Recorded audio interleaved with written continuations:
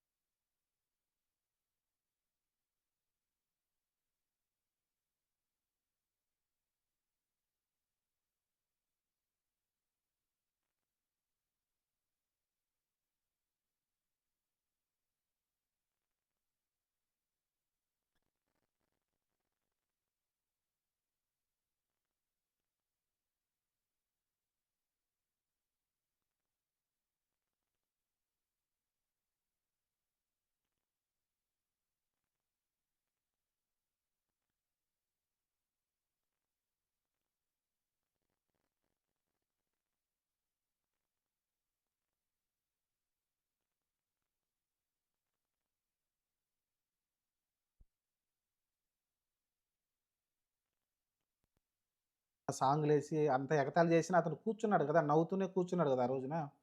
కాబట్టి అంత ఓపిక లేకపోతే ఎట్లా జగన్మోహన్ రెడ్డికి? కాబట్టి దీనిలో ప్రతిపక్షం అడుక్కుంటే రాదన్న చంద్రబాబు చెప్పిన మాట కరెక్టే. అడుక్కుంటే రాదు ప్రజలివ్వాల్సిందే. కరెక్టే.